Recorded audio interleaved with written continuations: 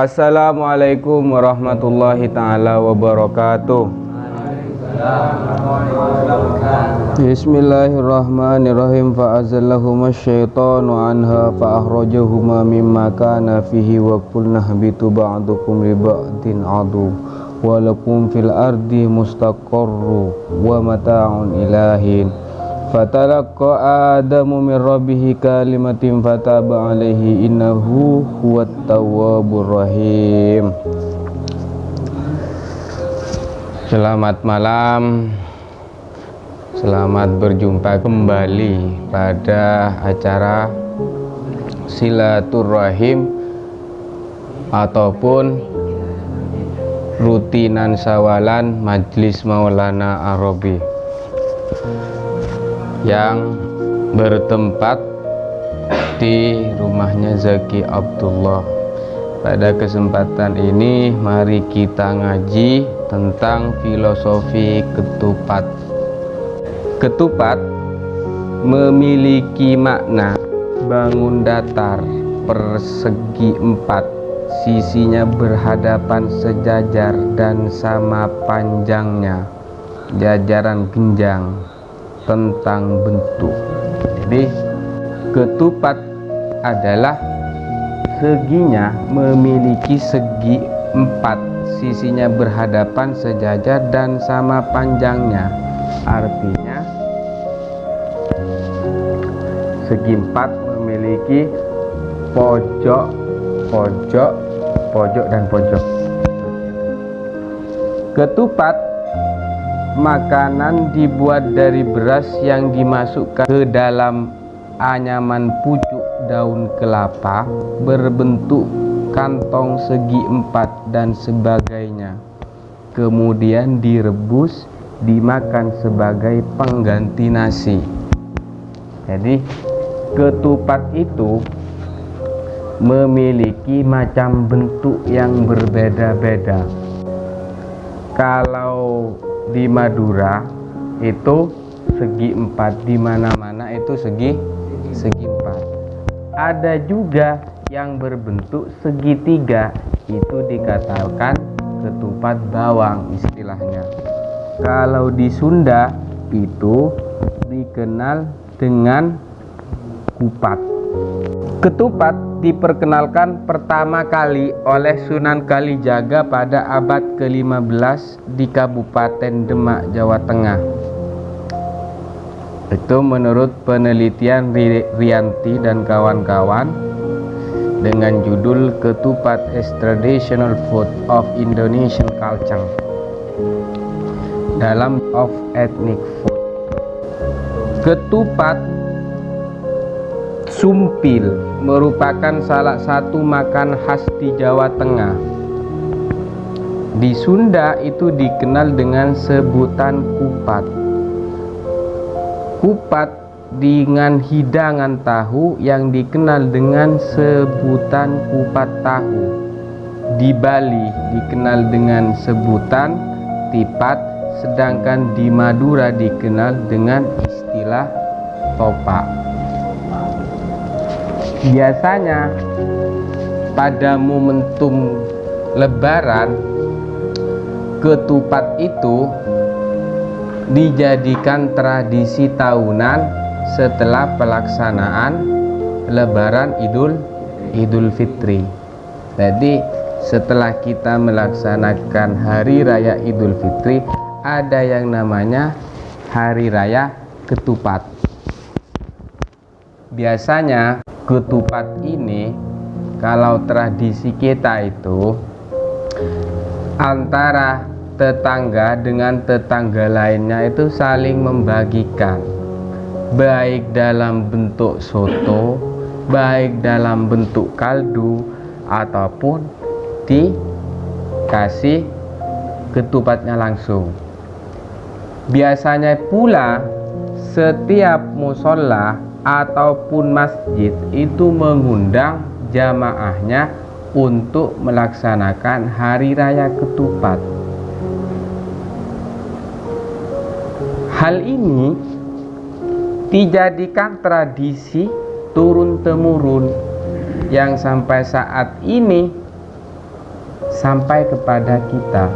Sunan Kalijaga memperkenalkan ketupat ini bukan tidak ada maksud, akan tetapi ada maksud tertentu, yang mana Sunan Kalijaga itu menyebarkan Islam itu unik. Dari saking uniknya, kita itu tahu yang namanya ketupat. Bahkan orang Islam itu tak tanggung-tanggung merayakan adanya lebaran ketupat. Itu pertama kali dikenalkan di Indonesia, ataupun kalau zaman dahulu itu namanya Nusantara. Nah, filosofi ketupat itu memiliki berbagai macam hal, baik dalam bentuknya, isinya, dan sebagainya. Yang pertama, ngaku lepat, mengaku salah, menghormati orang yang lebih tua, bersikap rendah hati, memohon keikhlasan serta ampunan kepada orang lain. Istilahnya, ngaku lepat ini mengaku bersalah, memposisikan diri ini salah.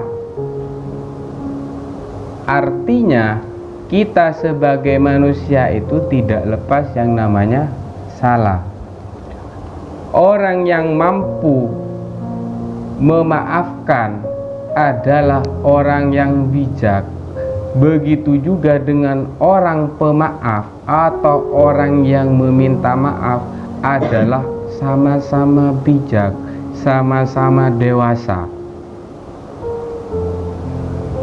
Ketika engkau meminta maaf kepadaku, aku pun akan memaafkanmu. Begitu juga sebaliknya, ketika engkau meminta maaf kepadaku, aku meminta maaf juga kepadamu. Di situ ada interaksi. Ngaku lepat di sini, mengaku salah itu memposisikan diri ini itu selalu salah di hadapan orang lain, walaupun kenyataannya kita itu tidak memiliki salah, tidak mempunyai salah kepada orang lain.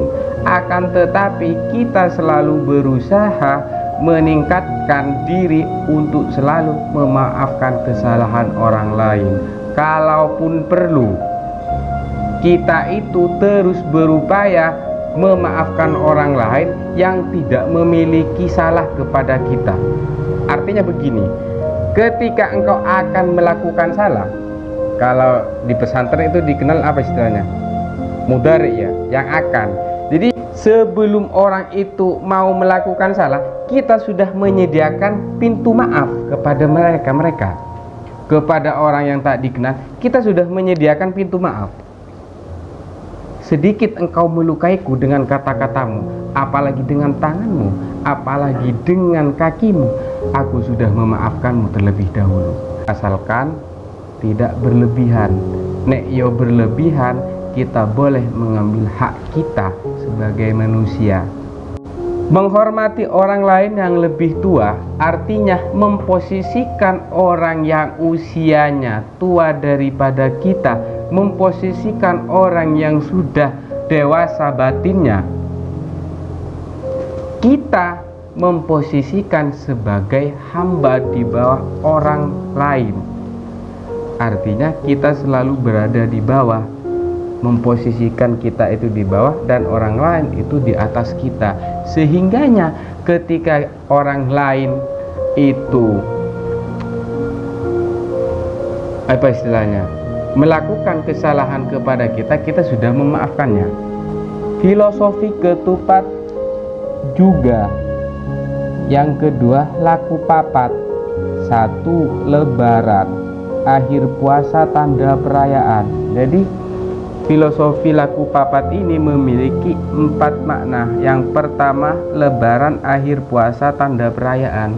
Setelah kita melaksanakan ibadah puasa, kita itu akan ketemu yang namanya lebaran. Lebaran ini sebagai sebuah tanda simbol perayaan kita, Jadi ini tidak ada masalah di sini. Yang kedua, luberan, meluber, melimpah, ajakan bersedekah. Luberan ini adalah kita itu memiliki rezeki yang melimpah. Sekali lagi saya katakan di sini, kita selalu memposisikan diri ini di bawah. Saat hubungannya dengan sedekah, kita memposisikan diri di atas. Bukankah di atas itu lebih baik daripada tangan di bawah? Itu menginstruksikan kepada kita agar kita itu selalu royal, selalu memberikan apa yang kita miliki itu kepada orang lain. Kalaupun perlu, apa yang kita miliki semuanya itu kita berikan kepada orang lain, asalkan orang lain itu senang. Tapi juga ada batasannya juga di sini. Kita juga mengerti mendudukkan diri kita itu pada aspek ini ialah kepada orang yang benar-benar tidak mampu. Nek hartamu yo banyak dariku, yo gak usah kamu itu minta kepadaku. Ini hanya untuk orang-orang yang sebenarnya tidak mampu. Yo kamu, ya hartamu. Seperti itu. Yang ketiga, leburan dosa dan kesalahan karena setiap manusia harus saling memaafkan. Pada aspek ini, leburan ini adalah dosa dan kesalahan karena setiap manusia harus saling memaafkan. Sekali lagi saya katakan, setiap manusia itu tidak sempurna. Setiap manusia pasti memiliki kesalahan, baik itu kaitannya dengan perkataan, baik kaitannya dengan tingkah laku kita setiap hari. Jadi jangan mentang-mentang aku, kamu, ataupun kalian itu tidak memiliki salah kepada orang lain.